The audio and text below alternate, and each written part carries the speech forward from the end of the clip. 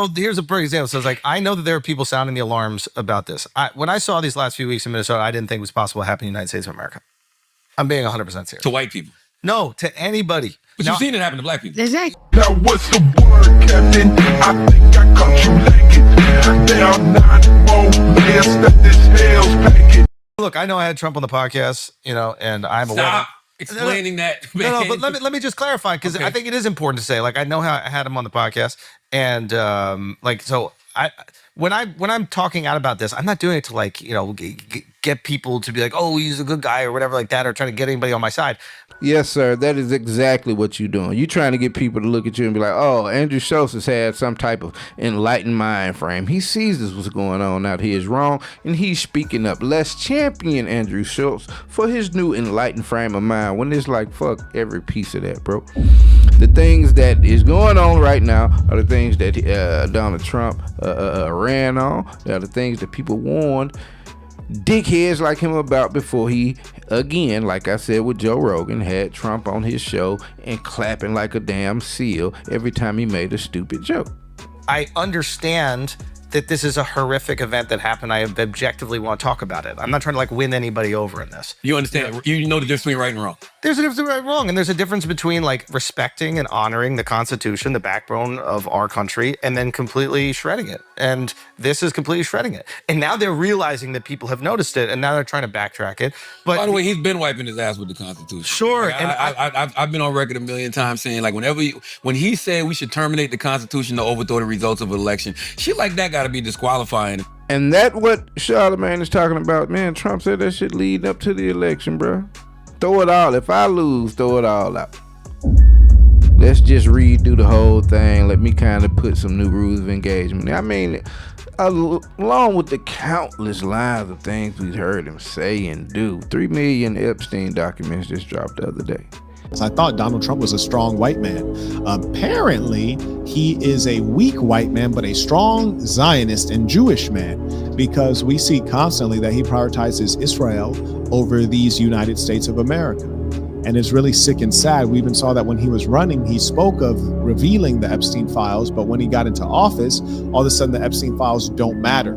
And the reason that they don't matter is because he is guilty. And we know that there's some things that are not quite right with Donald Trump. We've heard him say things that are off color, but a little too off color. Like we heard him in an interview state that he'd date his own daughter if she wasn't his daughter. Just a very strange way to put that. Although she does have a very nice figure. I've said that if Ivanka weren't my daughter, perhaps I'd be dating her. What's the favorite thing you have in common with your father? Either real estate or golf. Donald, with your daughter?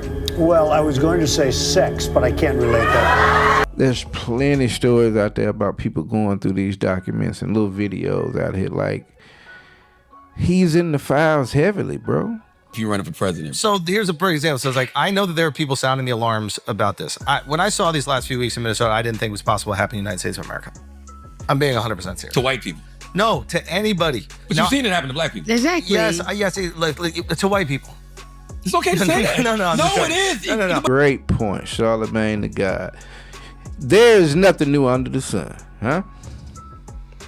Andrew Shultz said, I had no idea what I'm seeing happen in Minnesota could happen in America. What part of it is he speaking about? He couldn't be talking about the deportation efforts because, again, Trump ran on that.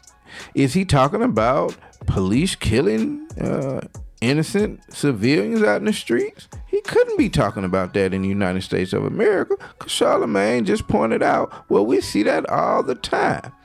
We've heard his remarks regarding places like Iceland and Greenland and the white South Africans as opposed to the Somalians and people in Chicago. So what was it about what he said that made you feel like, this would happen? What is such a shock to you? You see Charlemagne say, oh, because it's a couple white people that got killed? Oh, that damn cat. You know what I'm saying? I mention the cat all the time. It is a swift cat out here in the world. I don't know if it's Catwoman, sister, or long lost. I don't know. It's a cat out here that seems to swoop through and take the tongues out of people without us even seeing it. It happened to Andrew Schultz just then. But it's okay to say that. I don't. I mean, I didn't know that this was possible to happen in the United States of America. And what I'm specifically talking about with this situation here, and like not only this one, but also what we've seen ICE doing, like entering homes without warrants, like arresting people. It is unconstitutional. And they've done this weird thing where like they have like a federally administrative warrant, which is some bullshit. It doesn't even allow you to actually have access into a home. Yeah, they're trying to find ways around the system. And what that says to me, when you're willing to shred the Constitution to preserve it's not only your power, but your ideas of what should happen, it is incredibly un-American. I ain't gonna hold you, bro. Andrew Shultz just sort of reiterated exactly what is viewed to be the problem with, I guess you call the white liberal. I don't know if you even call him a liberal. Apparently, having Trump and all that, he must be a MAGA guy. So I don't know if I can even put that description on him. But the sentiment of, hey man, basically what he said is, I didn't start paying attention to this stuff until it happened close to home. Now, none of the people that have been killed by ICE or his relatives and any of that I know of, but the hitting close to home pertains to, like Charlemagne said, it being white people. Now that a couple white people gotten killed by ICE, here go Andrew Shultz and others with enlightened opinions. So that would beg the question, if these two killings hadn't happened in Minnesota, if it was just, he says that, ICE is going door to door with these fake warrants and all that. But I tend to believe if it wasn't any violence, if we didn't see the violence on camera, I tend to believe that they would still be, defending their decision to support Trump and his administration as they was trying to get in office. You dig what I'm saying? Because we heard what he ran on. We heard what he was accused of. We know what he was convicted of.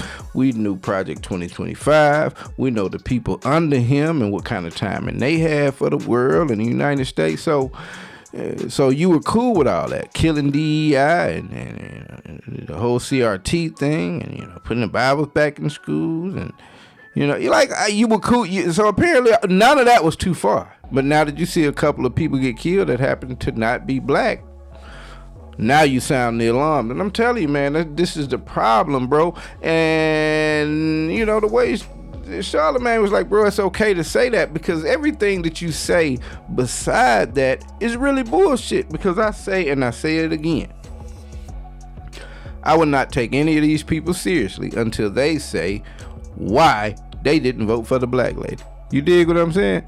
And that's what Charlemagne is saying, bro. Just go on there and say, it's like, damn, some white people got killed or not. But he can't say that because that would be showing his hand. But we all know, you know what I'm saying? I guess we have to read between the lines and act like it's, some type of valiant effort. But yeah, man, Andrew Shultz and others like him, bro, like they small in number from what I'm understanding as far as the podcast, bro, Spear. So I don't think we really need them in the organization. You dig what I'm saying? So let them feel the way they want to feel and just kind of exist in the gray area, man, because with enemies like that, with friends like that, you don't need enemies, bro. And so I thought that was another interesting person to come out here trying to turn cold and absolve himself of making a really, really, really piss poor choice of company to keep leading up to our most recent election, man. And as they start to fall off, I'll bring them to my people. It's been straight like that. I'm out. Now what's the word, Captain? I think I caught you lacking. There are 9 more layers that this head